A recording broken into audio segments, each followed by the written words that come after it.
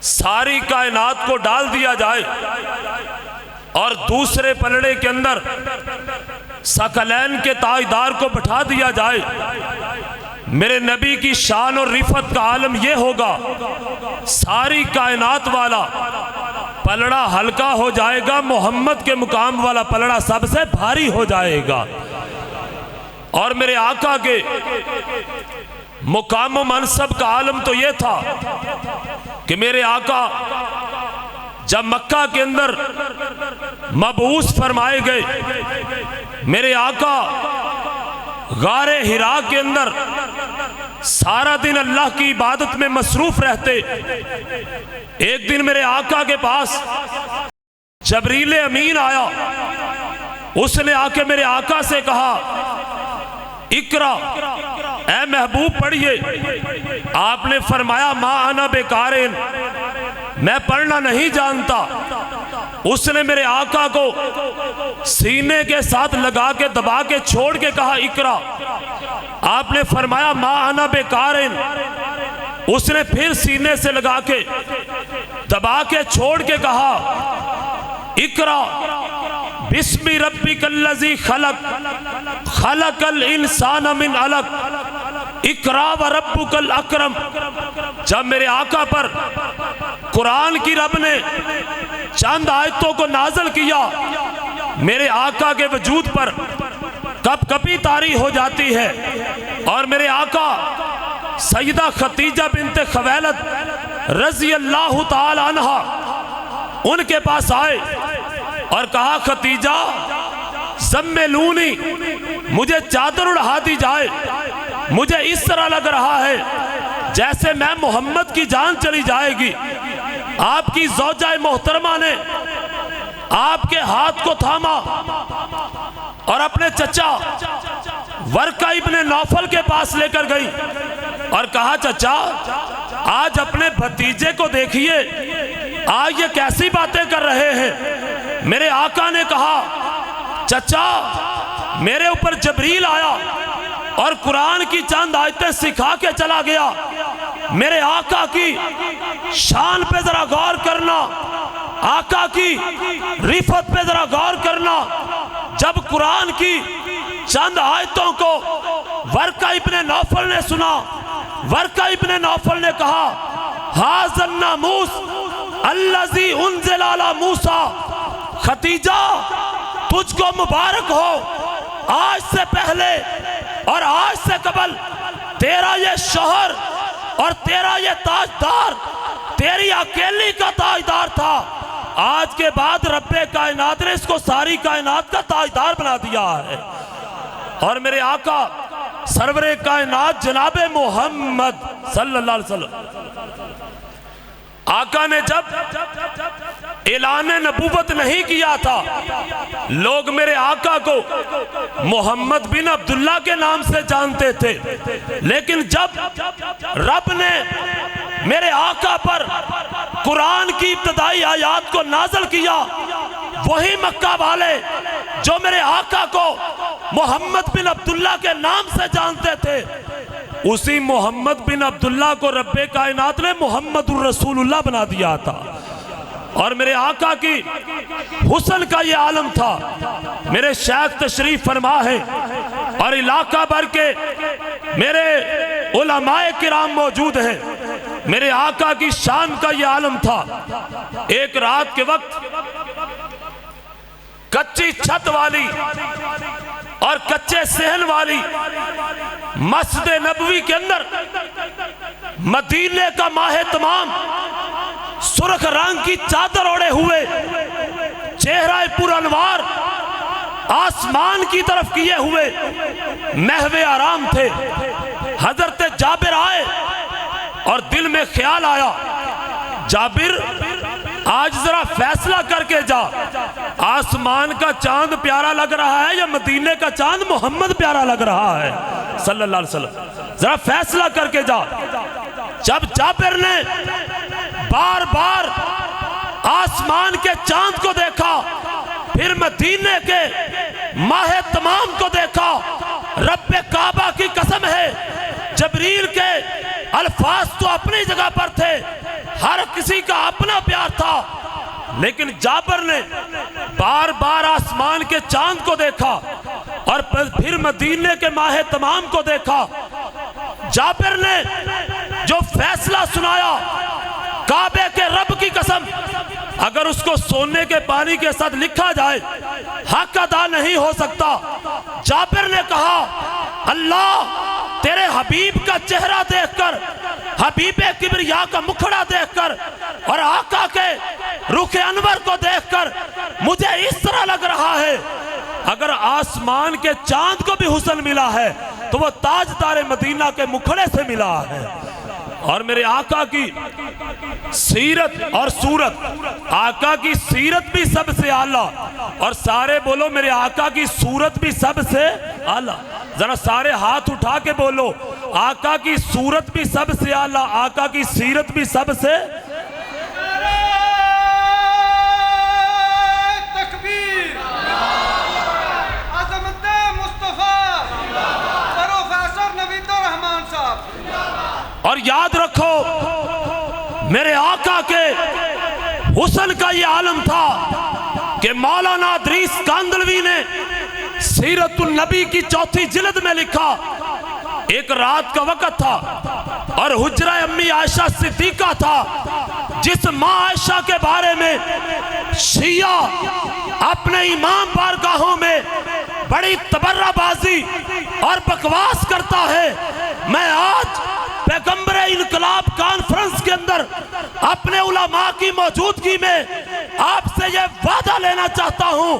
اماں عائشہ پہ جو بھی تبرہ کرے گا، اماں عائشہ پہ جو بھی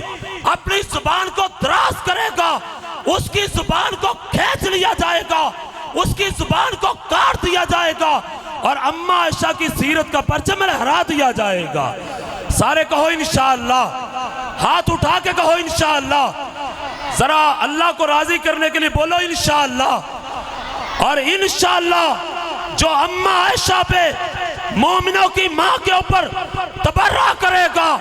اس کا منہ کالا ہو جائے گا، وہ زندیق اور لانتی کہلوائے گا، لیکن قیامت کا سورج طلوع ہونے تک اماں عائشہ کی عظمت کا پرچم لہراتا رہے گا۔ اور میرے آقا کی صورت کا یہ عالم تھا۔ مولانا ادریس کاندلوی نے لکھا، ایک رات کا وقت تھا اور حجرہ امی عائشہ صدیقہ سب کو رضی اللہ تعالیٰ عنہ، ماں جی نے کہا رسول سے آقا میری سوئی گم ہو گئی ہے۔ آقا نے جب اپنی زوجہ محترمہ سے سوئی کے گم ہونے کی شکایت کو سنا، آقا مسکرائے۔ سارے بولو میرے آقا مسکرائے، اور میرے آقا نے اپنے لب کھولے آقا کے حسن کا اور آقا کی صورت کا یہ عالم تھا۔ جب میرے آقا نے اپنے لب کھولے، آقا کے دندان مبارک سے اتنی روشنی نکلی کہ رب کائنات نے طریق کمرے کو روشن فرما دیا تھا۔ آقا کی اگر صورت کا ذکر کرتا جاؤں کافی وقت لگ جائے گا، اور میں سیرت کے بارے میں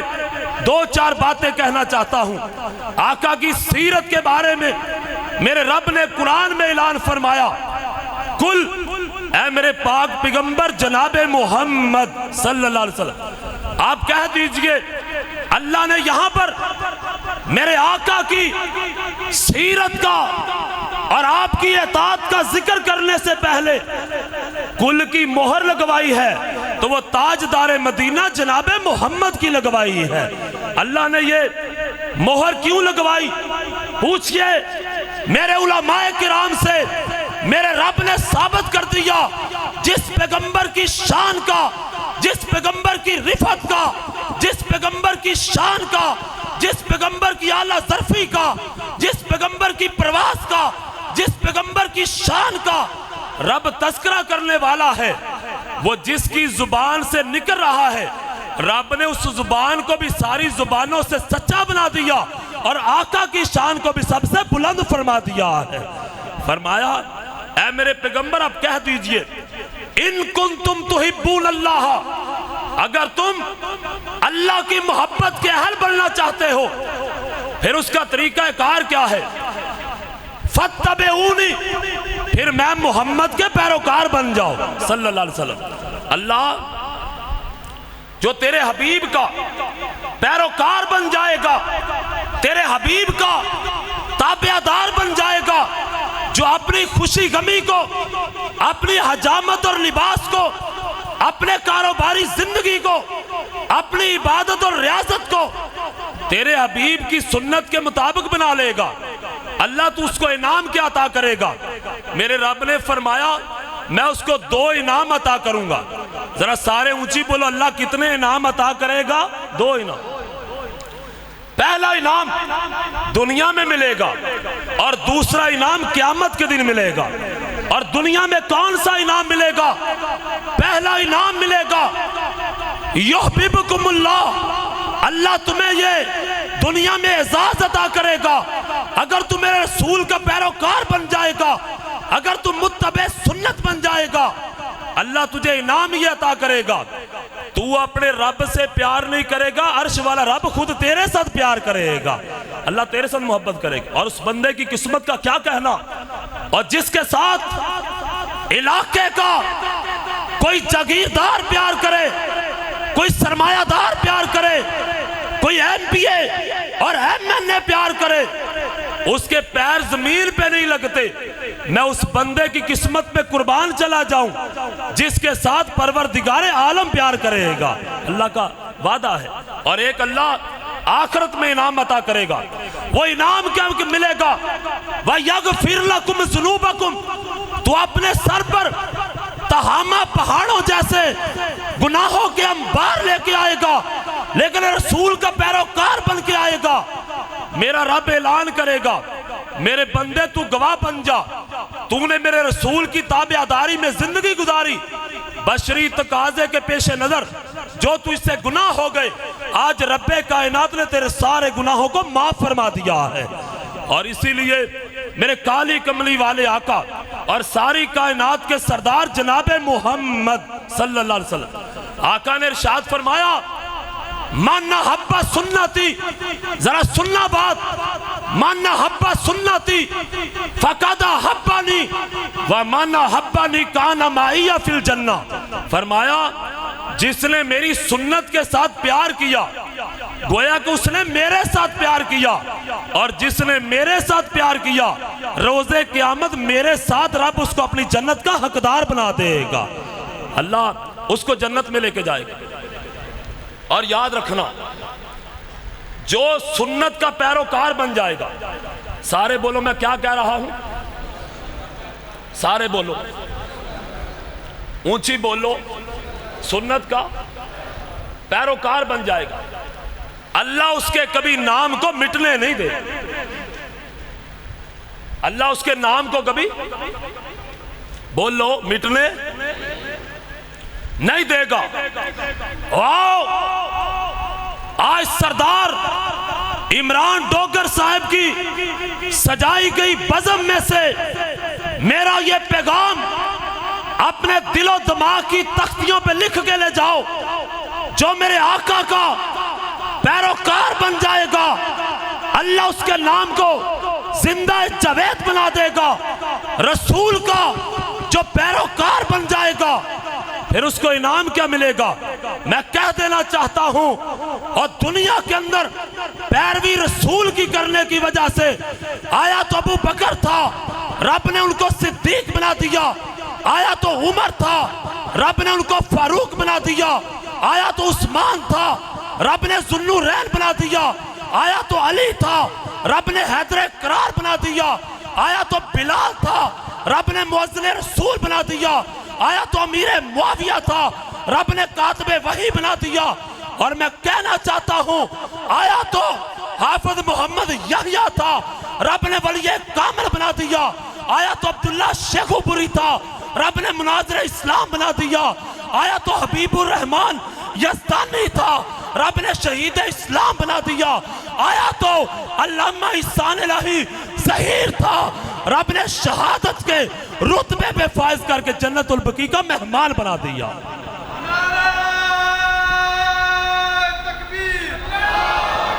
عظمت صحابہ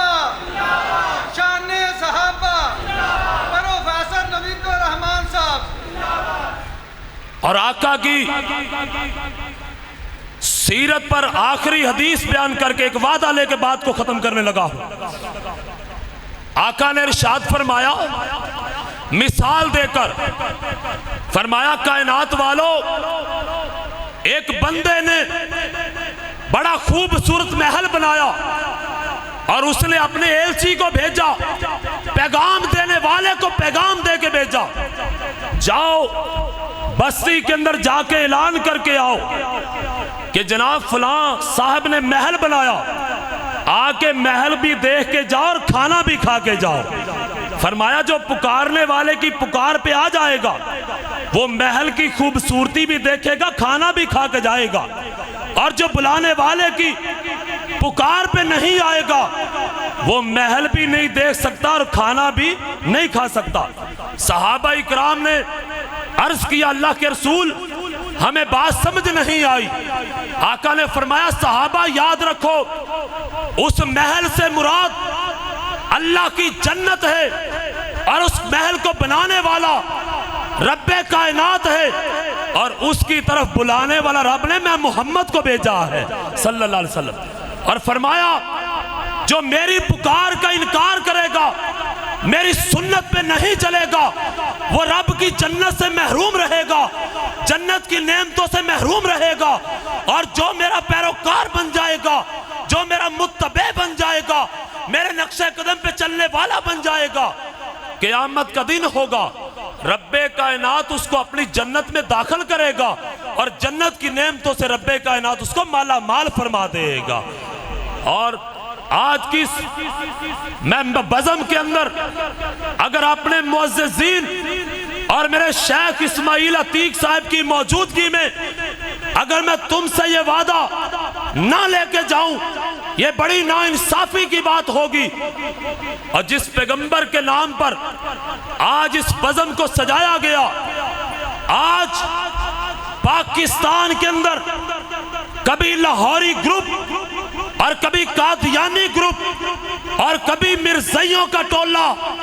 شب خون مار کر رات کی تاریکی میں جاسوسی کر کے آقا کی ختم نبوت پر شب خون مارنا چاہتا ہے۔ ہم آج اللہ کو راضی کرنے کے لیے یہ دعوت اور یہ پکار اللہ کے فضل و کرم سے اس بات کا اعلان کرنا چاہتے ہیں، مرزا غلام احمد قادیانی جو کہ ملعون تھا، جو کہ زندیق تھا، جو کہ لعنتی تھا اور انگریز کے بوٹ کا تسمہ تھا، جب تک ہم زندہ رہیں گے اس کے اوپر لعنتیں ڈالتے رہیں گے، لیکن قیامت تک کے لیے میرے آقا کا نام بھی چمکے گا اور کالی کملی والے کا کام بھی چمکتا رہے گا۔ سارے کہو انشاءاللہ، ہاتھ اٹھا کے کہو انشاءاللہ، ذرا اللہ کو راضی کرنے کے لیے اونچی کو بولو انشاءاللہ۔ اور انشاءاللہ اس بات کا اعلان تو 19 تاریخ کو کوٹہ رائے والا کی ختم نبوت کانفرنس میں کیا جائے گا، لیکن انشاءاللہ مرزائیوں کے سامنے سیسا پلائی ہوئی دیوار بن کے ان کے راستے کو روکا جائے گا اور کالی کملی والے کا پرچم لہرایا جائے گا۔ ہاتھ اٹھا کے کہو انشاءاللہ، اونچی کہو انشاءاللہ۔ اور جو بھی مرزائیوں کی آڑ لے کر یا کسی کا اعلی کار بن کر میرے آقا کی نبوت پہ شب خون مارے گا، انشاءاللہ اس کا نام و نشان مٹا دیا جائے گا اور کالی کملی والے کی ختم نبوت کا پرچم لہرا دیا جائے گا۔ کیوں بھئی لہرائیں گے کہو انشاءاللہ۔ اور میرے آقا کی ختم نبوت کا پرچم چوکوں میں لہرائے گا، چرستوں میں لہرائے گا، مسجدوں میں لہرائے گا، اور ایک وقت آئے گا قائد ملت اسلامیہ حضرت علامہ حافظ ابتسام الہی ظہیر صاحب کی قیادت کے اندر ایک وقت آئے گا جب پاکستان کے پارلیمنٹ ہاؤس کے اوپر بھی اگر پرچم لہرائے گا وہ اللہ کی کتاب قرآن کا لہرائے گا، پرچم اگر لہرائے گا تو محمد کی ختم نبوت کا لہرائے گا۔ سارے کہو انشاءاللہ، ڈر دے کیوں کہو انشاءاللہ۔ کیوں بھئی اس پرچم کو لہرانے کے لیے قائد ملت کا ساتھ دینے کے لیے تیار ہے نا انشاءاللہ؟ انشاءاللہ ساتھ دیا ہے، ساتھ دیں گے انشاءاللہ۔ استاد جی اپنی تقریر کو آپ کے احترام کے اندر یہاں پر بند کرتے ہیں، آپ کی نظر ایک شعر کرنا چاہتا ہوں۔ جنت خود بخود ترسے گی تیرے وجود کو اقبال، جنت خود بخود ترسے گی تیرے وجود کو اقبال، تو چل کے تو دیکھ میرے نبی کے نقش قدم پر۔ وآخر دعوانا